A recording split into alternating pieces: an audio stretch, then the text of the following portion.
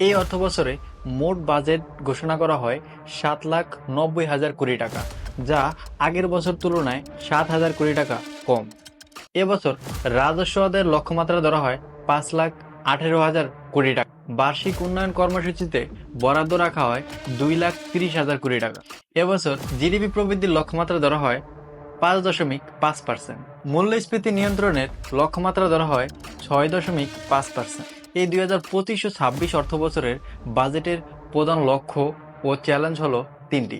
প্রথমত, মূল্যস্ফীতি নিয়ন্ত্রণ, অর্থাৎ যেখানে বর্তমানে মূল্যস্ফীতি রয়েছে 9%, সেটা কমিয়ে আনতে হবে 6.5%। দ্বিতীয়ত, জিডিপি প্রবৃদ্ধি, অর্থাৎ প্রবৃদ্ধি 5.5%-এ রাখা, যা আগের বছরের তুলনায় কিছুটা কম। আর এই কমার কারণ হলো রাজনৈতিক অস্থিরতা, রিজার্ভ কম থাকার কারণে সাধারণত অর্থনৈতিক চাপ রয়েছে।